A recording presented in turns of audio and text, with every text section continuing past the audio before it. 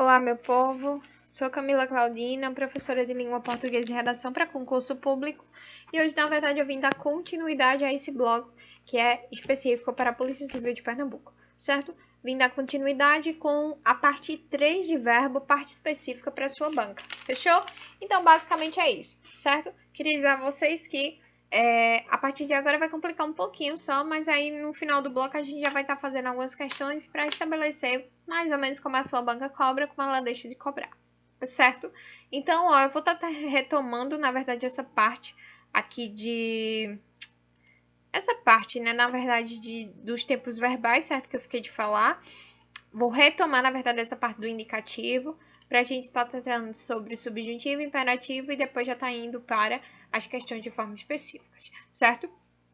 Então, só retomando, eu falei sobre os tempos e modos verbais, onde a gente tem a possibilidade do indicativo, onde ele vai transmitir uma ação certa, algo de certeza, certo? Algo preciso, e vai ser uma possibilidade real no tempo passado, presente ou no futuro. Ele vai se dividir em três, que são divididos em mais, certo? A gente vai ter o presente, o pretérito perfeito, o pretérito imperfeito, o pretérito mais que perfeito, o futuro do presente, o futuro do pretérito. É um bocadinho, eu sei, certa assusta de primeira, mas não tenho medo. Vou retomar também as dicas que eu tinha estabelecido, certo? Presente você sempre vai saber quando vai estar no presente, e aí o problema é quando você se depara com o verbo de um pretérito ou no futuro. O do pretérito perfeito vai ser algo que aconteceu no passado, só que acabou. Certo? Quando eu digo assim, que eu amei aquela pessoa, perceba que é como se eu dissesse que eu amei ele naquele momento e chama e benção, certo? Agora, quando eu digo assim, que eu amava aquela pessoa, já é um modo que eu amei ele por um período longo e depois eu dei tchau, tchau, certo? Então, perceba que existe uma diferença muito grande em relação a isso. Eu amei ele naquele momento e tchau, e eu amava ele, eu amei ele durante muito tempo. Eu amava, na verdade, ele durante muito tempo. Então, é algo continuado, mas que ficou no passado, certo? Preste atenção nisso, que às vezes a banca cobra relacionada a isso. E aí eu tenho um pretérito mais perfeito, onde eu havia dito que... Coloque aí no seu caderno, tá certo? Eu tô cheia de dica aqui pra vocês. Pretérito mais que perfeito são os verbos feios, como eu já tinha dito. O verbo feio, tipo acabar, é perder, é certo? Mas isso aí já é uma forma simples. E aí eu queria que vocês fizessem o quê? Que vocês anotassem uma forma composta do pretérito mais que perfeito, que eu já tinha dito, eu acredito, no outro bloco. Eita, meu Deus do céu. Meu óculos tá sem perna mesmo. Quase caindo. Mas enfim, certo? Pretérito mais que perfeito, numa forma composta, vai ser o verbo tinha, certo? Mais o verbo no particípio. Lembrando que o verbo no particípio é aquele verbo que termina com ado ou ido. Fechou? Então, basicamente, vamos supor, o amara fica como? Tinha amado, certo? É um exemplozinho. E aí, eu já venho dando continuidade a futuro do presente, que é os verbos que terminam em irei, certo? Eu amarei. E o futuro do pretérito é aquele que termina em ria, certo? Eu amaria, certo? Então, basicamente é isso. Formas de um subjuntivo são aquelas formas onde você vai ter o quê? A relação de uma hipótese, eu tenho uma possibilidade de acontecer ou não, certo? É uma ação possível que eu posso fazer o quê? Tenho uma opção de fazer ou de não fazer, certo? Então, eu tenho aí, ó, ele vai se dividir em três, que é o presente, pretérito imperfeito e o futuro, certo? É só você colocar as conjunções, eu já tinha falado isso, coloca a conjunção que para o presente, se para o pretérito imperfeito e o quando para o futuro, certo? Então, isso aí não tem muito o que se discutir. O imperativo vai ser aquele que vai exprimir ordem. É só você lembrar de império. Império dá a cara de quê? Da rainha, né? Coitada, meu Deus. A rainha Elizabeth morreu ontem, certo? Eu tô gravando hoje, um dia após a morte da rainha Elizabeth. Mas ela faleceu ontem, mas ela tem o que ali? A questão do império, né? Assim, ela era rainha. Então, é meio que, certo? Meio que a gente sabe que não era bem assim o império dela. Mas que ela dava uma ordem e obedecia, certo? Então, essa obediência, essa ordem que ela dava é um verbo no imperativo. Ele vai exprimir o quê? Ordem, certo? Ó, modo verbal imperativo, ele vai indicar uma ordem, pedido, conselho, súplica, convite, comando ou exortação, certo? A gente costuma ver muito quando a gente compra alguma coisa nova, né? Alguma coisa nova. E aí a gente tem lá o manual de instrução. Ele diz faça, desligue, aconteça, faça e aconteça, né? Os verbos sempre vão estar no modo imperativo. Ele vai estar mandando você fazer algo, certo? E aí Pro imperativo já entra o quê? Ele não se divide em pretérito, passado, futuro, não sei o quê, esse bagulho todo. Não se divide. Ele vai se dividir apenas no afirmativo e no negativo, e aí eu já puxo para vocês um pouquinho do advérbio, certo?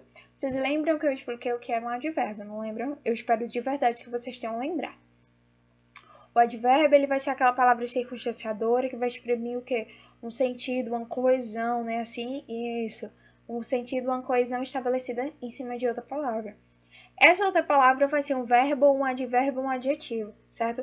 Nesse caso aqui, eu tenho aí o afirmativo quando eu mando e ordeno você fazer, mas eu também tenho um afirmativo tenho um negativo, um imperativo negativo, que é quando eu vou ter um advérbio negativo ali estabelecendo o sentido dele, jogando o sentido negativo dele em cima do verbo, certo? Então perceba que existe essa correlação da morfologia lá de trás de advérbio agora em verbo, e como a gente vai adentrar aí, é necessário que você entenda porque a gente já vai adentrar na parte de sintaxe, certo? A partir daqui a gente só vê a parte de substantivo, que é bem breve, bem curtinho, e depois daqui a gente parte para a parte de sintaxe, que é uma delícia. É onde eu amo e onde eu vou me deliciar com diversas aulas para vocês, certo? Então, pare imediatamente, perceba que eu estou mandando você parar. E quando eu digo não pare ou não mexa, perceba que eu estou falando o quê? Não faça. Então, você não pode fazer, certo? Aí a gente vai ter as formas nominais, que são os infinitivos, certo? Infinitivo é aquele verbo que ele vai terminar em R, certo? Verbos terminados em R são verbos do infinitivo. Eu tenho infinitivo pessoal e impessoal, isso é mais questão para você entender, certo? Mas aí, infinitivo pessoal vai ser ligado às pessoas de discursos, lembrando que sujeito e agente não é a mesma coisa, certo? Lembra que eu diferenciei? Agente é quem pratica a ação e o sujeito é quem ou o que. É só você fazer a pergunta ao verbo, quem ou o que você encontra o sujeito, certo? Nem sempre quem é o agente da ação vai ser o sujeito da oração, beleza? Então, o infinitivo pessoal é ligado às pessoas do discurso. Ele vai ser usado quando o sujeito da oração estiver claramente expresso. Então, quando estiver um sujeito expresso, você vai ter um infinitivo pessoal, certo? Convém vocês irem primeiro. Convém a quem? A vocês, certo? Então, eu tenho o que aí? Eu tenho o sujeito da oração está claramente impresso, certo?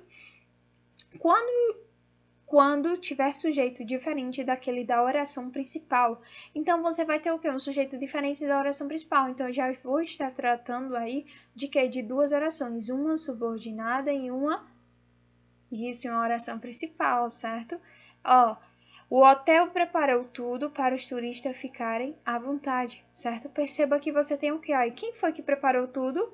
O hotel. Então, o sujeito do verbo preparar é hotel.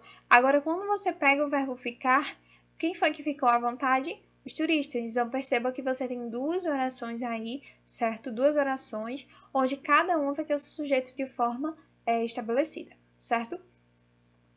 Quando se quiser indeterminar o sujeito utilizado na terceira pessoa do plural, faça isso para não me chamarem inútil, certo? Para eles não me chamarem inútil. Então, perceba que aí o que acontece? Vai ser o infinitivo pessoal, porque ele vai estar indeterminado o sujeito, certo? Quando apresentar reciprocidade ou reflexibilidade de ação, e aí eu já adentro com o quê? Eu já tinha explicado para vocês essa questão de reflexão e reciprocidade, que o quê? A reflexão, ela é estabelecida por eu tenho apenas um agente fazendo o quê? Praticando e sofrendo ação. Quando eu digo assim, Rafael cortou-se, certo? Rafael, ele tanto teve a ação de cortar, como também de ser cortado. Então, perceba que aí você tem o que? Essa flexão. Tanto ele faz como ele sofre. Então, ele é tanto o agente como o sujeito, certo? Então, perceba que isso é a forma reflexiva. Já a reciprocidade, não. Eu tenho o quê? Mais de um agente, né? Assim, se eu tenho mais de um agente, então acontece o quê? E isso tem uma forma recíproca, certo? A reciprocidade precisa ser estabelecida para mais de uma pessoa. Quando eu digo assim, eles se beijaram, perceba que o beijo não acontece de você sozinha, a não ser que seja você a parede, você o espelho. Mas perceba que sempre tem uma segunda pessoa, certo? Não tem como você se beijar, a não ser que... Mas sei lá, sempre tem, né? Vocês sempre criam, né? Na verdade, a gente sempre cria algo na cabeça. Quando a gente diz que é impossível, na verdade, a gente sempre cria alguma coisa, certo? Mas a partir do momento que eu trago essa reciprocidade, eu trago algo estabelecido ao quê? A duas pessoas. Só que cuidado, por quê? Porque essas duas pessoas vão supor um abraço. Eu abraço você e sinto a ação de ser abraçada. Assim como a mesma coisa acontece com você. Então perceba que eu faço e recebo. Assim como você faz e recebe. Então é basicamente uma reflexão, só que com mais pessoas, certo? Reciprocidade. Sim, queria dizer a vocês que isso cai muito, viu, em prova. Cai muito mesmo, de verdade. A partícula Si é uma das partículas que mais caem. Eu sempre digo, gente, número 1 de prova CESP é QC, tá? QC cai, meu Deus do céu. Eu acredito que a cada 10 provas que a banca CESP faz, nas 10 ela opta, vamos supor, por 7Q, certo? E as 4C. E muitas vezes, quando em uma dessas 7 que cai o Q, ela não adentra o Si, certo? Tem prova mesmo que cai tanto o Q quanto o Si. Então preste atenção que isso é muito importante. Quando você consegue saber distinguir que o Si é reciprocidade ou reflexibilidade, você já consegue saber se ele também vai ser PA, que é a partícula passivadora, ou quando ele vai ser índice indeterminado do sujeito, certo? Então preste atenção de verdade, isso é muito importante para a sua prova, certo? Deixa eu soltar logo a dica, né, que eu sou assim. Coloca aí no seu caderno, por favor, certo? Eu vou falar de uma forma bem minuciosa, bem devagarzinho. Qualquer coisa você vai colocando pausa aí no vídeo e vai escrevendo no caderno, certo? Vê só, para encontrar o sujeito, você vai fazer a pergunta quem ou que, fechou? Você vai dividir o seu caderno assim. Deixa eu colocar aqui em pausa, eu vou fazer uma folhinha aqui. Eu vou fazer um PowerPoint aqui bem rapidinho, eu vou botar em pausa, fazer o PowerPoint e peraí que eu já trago para vocês, porque vocês já escrevem, certo? E olha eu aqui novamente, né? Trazer meu microfone para cá. Olha eu aqui novamente, certo? Fiz mais ou menos o PowerPoint pra gente dar uma analisada nessa questão do Si, certo? Bem rapidinho mesmo, certo? Bem rapidinho. Nós teremos, certo? Nós teremos uma aula específica para essa questão do Si, porque eu sei que é muito importante, certo? E aí eu vou trazer mais dicas relacionadas, mas eu vou tá explicando só mais de forma superficial, beleza? Para que vocês consigam entender mais ou menos como vocês vão aprender relacionado à aula. E eu também vou estar trazendo alguns exercícios, certo? Exercícios relacionados para que, às vezes, a gente sabe a diferença entre um e outro, mas na verdade não sabe fazer a aplicação na prova, certo? Então eu vou ensinar vocês a como fazer a aplicação na prova para que vocês consigam acertar as questões, certo? Então, ó, eu tenho aí o sujeito, certo? É a primeira coisa que você vai encontrar. E você nunca esqueça disso, pelo amor de Deus. Para você fazer o encontro de um sujeito na oração, é só você fazer a pergunta de quem ou o quê, certo? A partir do momento que você vai procurar o sujeito, a primeira coisa que você vai fazer é procurar o sujeito. Certo, Camila? Procurei o sujeito. Quando você procurar esse sujeito e a resposta, e você encontrar o sujeito e a resposta for quem, certo? Se você fizer a pergunta ao verbo, quem faz alguma coisa, e você conseguir estabelecer essa pergunta, então eu vou estar diante ou de um pronome reflexivo ou de um pronome recíproco, certo? E aí, como é que você vai diferenciar? Através de quê? Das pessoas. Se eu tiver uma pessoa só, vai ser reflexivo. Se você tiver mais de uma pessoa, vai ser recíproco, certo? Foi na PP de Alagoas, se não me engano, na Polícia Penal de Alagoas, que caiu uma questão sobre isso. Ela dizia que o Si era a partícula passivadora, se não me engano, era outra coisa. Mas tinha lá a questão, ele dizia assim, que era as grades, alguma coisa se transformaram, certo? E aí ele perguntava que tipo de Si era aquele. Mas perceba que para ocorrer uma transformação eu preciso de mais de um agente, certo? E ele dizia lá, se não me engano, as cadeias se transformavam, era alguma coisa assim, certo? Mas perceba que você tem agente, certo? Quem se transformava, então você encontrou o sujeito através da pergunta quem. Então, quando isso acontece, ou você vai estar diante de um pronome reflexivo ou de um pronome recíproco, certo? E aí é só você analisar. A transformação, as cadeias, é uma pessoa ou mais de um? E aí a gente já estabelece que é mais de um, certo? Tá no plural, então ali era um pronome recíproco. Outra coisa, quando a gente não consegue fazer a identificação de um sujeito com a pergunta quem, a gente vai perguntar o que, certo? Quando você identificar o sujeito através da pergunta o que, aí você já vai estar diante de um pronome passivador. Cuidado, porque muita gente faz o que? Ah, não, é só trocar o si pelo são. Não faça isso, tá certo? Isso é a maior peleitada da vida. É você fazer isso, fazer a troca dá errado. Isso dá errado, viu? Tem questão que bate certo, dá certinho, mas tem questão que dá errado e dá muito errado. Pelo amor de Deus, não faça mais isso, certo? Essa questão de você estar trocando si por são dá errado, certo? Isso faz você errar as questões. Principalmente de provas mais estabelecidas, provas importantes, certo? Isso faz você errar a questão. Então, o pronome passivado é só você saber a identificação. Vai ter um sujeito e esse sujeito vai ser identificado através da pergunta o quê, certo? Como o maior exemplo é alugam-se casas, que a gente vê direto aí, né? A gente passa pela rua, tem lá, alugam-se casas, alugam-se casas. Aí você vai perguntar, quem alugam? Não. O que alugam, certo? Eu estou alugando o quê? As casas. Então, perceba que você identificou o sujeito através do quê? Da pergunta, o quê? Então, esse se ali é um pronome apassivador, certo? E aí, eu tenho o índice indeterminado do sujeito, que é quando eu tenho um se. Esse se, lembre-se, esse verbo está na terceira pessoa do singular, certo? Esse verbo, apropriadamente, ele está na terceira pessoa do singular, que é o que não acontece com o pronome apassivador, certo? Muita gente troca o apassivador com o índice indeterminado do sujeito.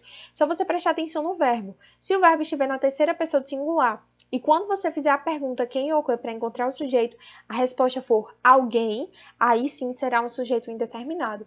Cuidado, porque sujeito indeterminado não é oração sem sujeito, que muita gente também troca, certo? Isso a gente vai ver no começo agora das próximas aulas de sintaxe, mas eu já estou contrapondo aqui um pouquinho para quem já está mais entendido.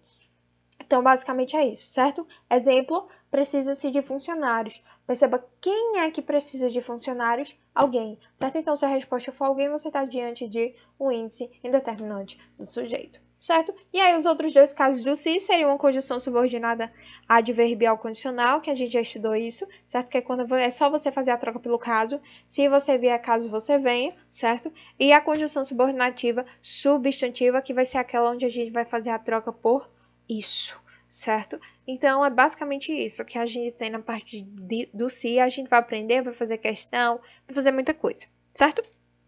Então, ó, o infinitivo impessoal, ele não é ligado às pessoas de discurso, certo? É o nome do verbo. Ele vai ser usado quando apresenta uma ideia vaga, genérica, sem se referir a um sujeito determinado. Então, perceba que, na verdade, aí a gente vai estar com uma pessoa indefinida, certo? A gente vai estar, na verdade, na maioria das vezes, diante de pronomes indefinidos, certo? Ó, fumar prejudica a saúde. Quem fumar? Alguém fumar, qualquer pessoa fumar, todos fumarem, certo? Então, perceba que você aí tem uma ideia genérica, uma ideia de que qualquer pessoa pode estar sendo prejudicada à saúde se fumar, certo? Ó, quando tiver o valor imperativo, soldados, marchar, certo? Eu vou ter um verbo no infinitivo, porém ele não vai estar definindo quem é a pessoa que vai marchar. Ele apenas diz soldados, mas se você chegar, vamos supor, na academia de polícia mesmo, tem diversos soldados, certo? Se você chegar no tiro de guerra, tem diversos soldados, ele não especificou. Então, é um modo impessoal, certo? Quando ele vai ser regido de preposição e funciona como complemento de um substantivo adjetivo, certo? Basicamente, aí ele está falando de complementos nominais, certo? Todo complemento nominal ele vai ser regido de preposição. Então, já é necessário que você já coloque isso no seu caderno, tá certo? Todo complemento nominal é regido de preposição. Fechei? Pronto. Queremos acordar bem cedo amanhã. Desculpa. Ele fala assim, eu os convenci a aceitar. Perceba que o verbo aceitar ele está no infinitivo, certo? E quem convence alguém a alguma coisa, certo? Então, o os ali é o complemento direto e o a aceitar aí vai ser um complemento indireto. Complemento indireto não, né? Ele funciona como complemento de um substantivo, adjetivo ou verbo da oração anterior. E é basicamente isso, certo? É um complemento indireto mesmo, certo? Ó, nas locuções verbais também isso acontece quando nas locuções verbais. Queremos acordar bem cedo amanhã, certo? Você tem uma locução verbal aí, certo? Que é o queremos acordar e está estabelecido um infinitivo impessoal também, certo? Quando o sujeito do infinitivo é o mesmo do verbo da oração anterior, ó, eles foram condenados, então eu tenho aí o foram, quem é o sujeito do foram? Eles, e eu tenho a pagar, certo? Pesadas multas. Perceba quem é que vai pagar pesadas multas? Eles também, certo? Então perceba que você tem uma única pessoa ali para dois verbos, então isso acontece no infinitivo impessoal. Com os verbos causativos, deixar, mandar e fazer, e seus sinônimos que não formam locução verbal com infinitivo que os segue, certo?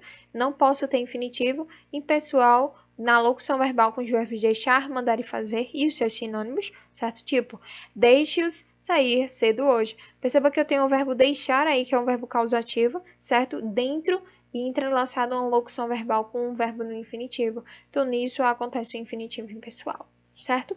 Além disso, eu tenho os verbos sensitivos, que são o verbo ser, o verbo ver, ouvir, sentir, e os seus sinônimos, certo? Eles também devem deixar o infinitivo sem flexão. Olha, eu tenho vios, entrar, atrasados. Perceba que eu tenho o verbo ver, ele é um verbo sensitivo, que está acompanhado de um outro verbo, certo? Na locução verbal, e esse verbo está no infinitivo, certo? Então, basicamente é isso.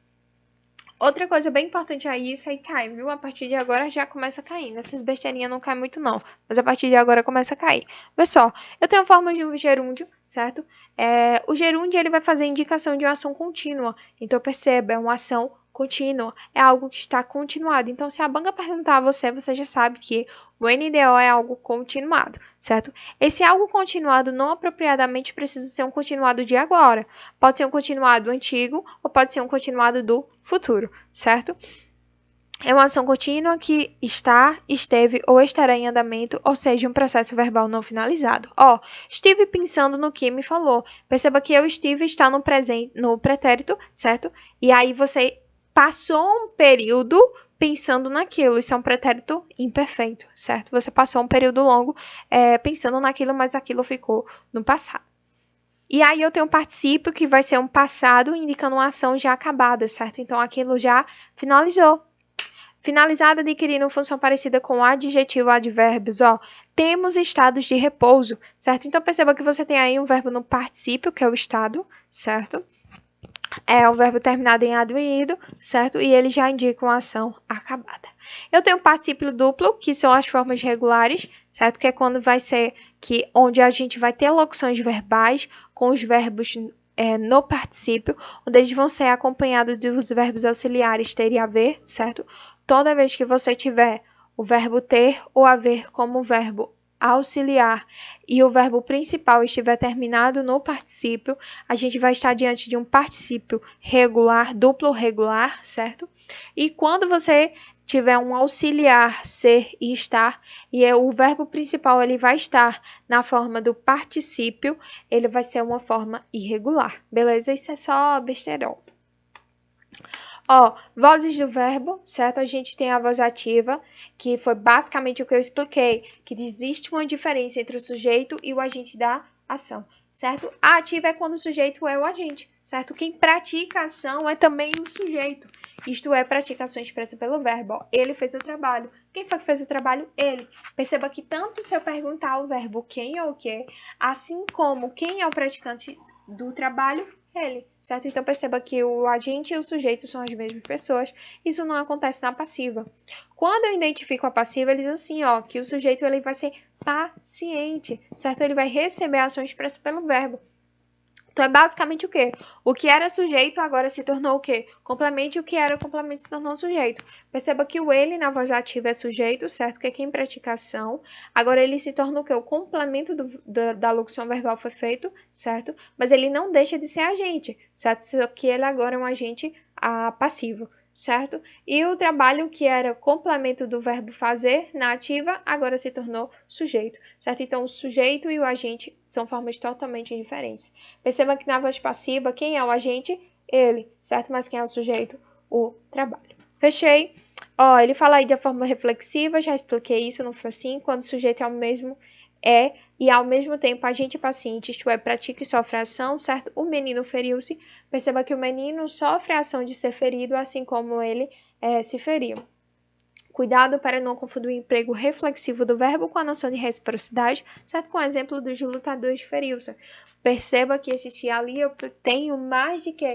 De um agente, né? Assim, e perceba que quando eu pergunto quem ou o que, quem feriu-se? Os lutadores, então a pergunta foi quem? Então a gente vai estar diante de ou pronome reflexivo ou pronome recíproco. Nesse caso, recíproco, porque eu tenho a identificação de mais de um agente, certo? E aí a gente já vai para questões. Ele diz assim, essa daqui caiu na PCDF, essa é boa, viu? Deixa eu pegar aqui meu material de bônus de vocês. que aqui tá cheia de dica. Ele fala assim, ó. Cadê? Tá aqui. Ele fala assim, ó, PCDF, 2021. Os sentidos e a correção gramatical, então perceba que ele tá falando sobre sentido e o quê? Correção gramatical. Do texto seriam preservados se as locuções verbais tinham levado e tinham pensado fossem substituídas pelas formas de verbal levava, levara e pensara, respectivamente. Vê só. Eu queria falar aí sobre formas simples do verbo, certo? Pretérito mais que perfeito do indicativo. Vocês lembram que eu citei que a forma normal, certo? A forma simples do verbo é o verbo terminar com uma terminação feia, certo? Que é o verbo mais que perfeito, o acabara, fizera, certo? Porém, eu tenho uma forma o quê? Composta, né? Assim, que eu vou ter o quê? O verbo tinha mais aquele verbo no particípio, certo? Tipo assim, amara, eu tenho o quê? Tinha amado, certo? Então, é basicamente isso que ele cobra. Ó, tinha levado, o verbo eu tenho tinha, mais o verbo com a terminação de adoído, certo? E tinha pensado a mesma coisa. Então, respectivamente, tinha levado, levara e tinha pensado, pensar, estão corretos tanto os sentidos quanto a correção gramatical. Cuidado, por quê? Porque às vezes eles fazem essas trocas de verbos, mas eles fazem a alteração dos modos verbais, dos tempos verbais. E se isso acontecer, vai fazer o quê? Uma alteração de sentido, certo? Então, preste atenção nisso. Preste atenção. Eu disse que caía e caiu, certo? Na PCDF 2021. E agora a gente vai para essa segunda questão, certo? Ele diz assim, ó. Mantendo-se os sentidos do último período do terceiro parágrafo do texto, a expressão havia sido poderia ser substituída por quê? E agora? Lembram que eu falei a mesma coisa da PCDF, certo? Essa questão também foi 2021. Se não me engano, foi para auditor fiscal de Roraima, certo? Foi alguma coisa assim. Mas essa questão aí já é questão de hoje, certo? De hoje em dia. No máximo um ano, eu acho que faz. Mas é basicamente isso que eu tinha falado para a primeira questão na PCDF. Você vai ter um verbo com o quê? Esse havia sido é o quê? É uma forma de que, isso mesmo, de um pretérito, né? Assim, perceba que ele diz mantendo-se os sentidos. Então, se você diz havia e tinha, tá no mesmo o quê? No mesmo sentido, certo? Na mesma pessoa, que é um pretérito o quê? Mais que perfeito. Se fosse, já dava possibilidade de modo subjuntivo, não pode, certo? Se tinha um presente, foi um pretérito acabado, houvesse, não pode, certo? Então, a única alternativa aí que tinha seria o próprio tinha, né? Alternativa B, certo? Então, prestem atenção nisso, porque isso tem caído muito de verdade. Fechou? Então, vamos para a próxima questão. Ele fala assim. Então, ele fala assim na próxima questão. Vou tirar aqui. Aqui. Ele fala assim, a substituição da locução verbal tenha caçado pela forma verbal caçava, predicaria a coerência e a correção. Perceba, olha o que ele pede sobre coerência e correção. Ele está perguntando sobre sentido? Não, então você vai analisar o que? Coerência e correção, certo? Perceba que ele faz aí, que ele diz aí o que? É a mesma coisa da PCDF dessa questão de baixo, certo? Perceba que você tem a identificação aí de quê? Você tem o verbo ter, certo? Como auxiliar, mais o verbo no terminado em particípio, que é o aduído. Então, você está diante aí de o quê? De um pretérito imperfeito. De um pretérito mais que perfeito, certo? Que é basicamente o verbo feio. Isso é uma forma composta do pretérito mais que perfeito. Porém, o que você tem ali? Ele diz caçava. Perceba que caçava, na verdade, não é um mais que perfeito, certo? Deveria ser caçara, certo? Mas aí o caçava, ele tá no passado, né? Assim, só que é um passado acabado. Então, ele tá no presente do quê? Perfeito, né? Assim, é no perfeito, ele caçava. Não, né? Perceba, vê só. Ele traz uma questão de que ele caçava por um período, certo? Ele caçava pessoas, vamos supor assim, ele caçava lobos. Ele caçava durante um período que ficou no passado. Então, na verdade, é imperfeito, certo?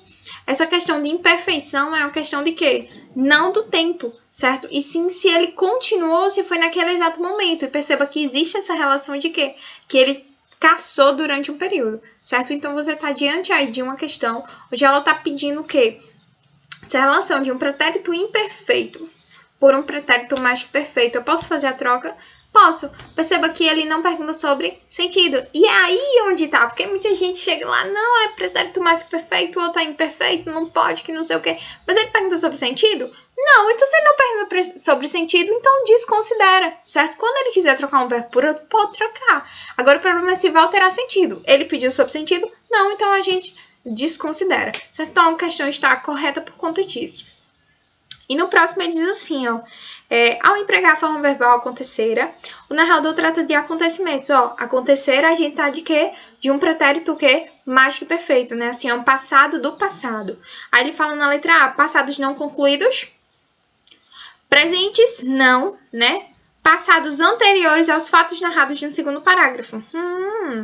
Subsequente aos fatos narrados no segundo parágrafo, e ele diz hipotéticos. Hipotéticos não, né? Passados não concluídos também não. Presentes como se fosse do passado também não, certo? Passados anteriores aos fatos narrados no segundo parágrafo.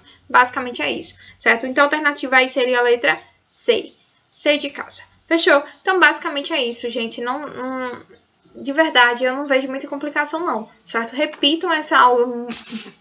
Se for necessário, repitam 50 vezes, certo? Repitam 50 vezes as aulas se for necessário. E se dedique ao máximo. A língua portuguesa é um classificador, é um divisor de águas, certo? E a partir do momento que você aprende língua portuguesa, não é só para a sua prova de língua portuguesa, vai ser também para a sua prova discursiva, certo? Então se dedique, dê tudo de si, certo? Tire pelo menos 30 minutinhos só para revisar um exercício e outro, certo? Mas faça. Fechou? Então cheiro no coração de vocês, até o próximo bloco.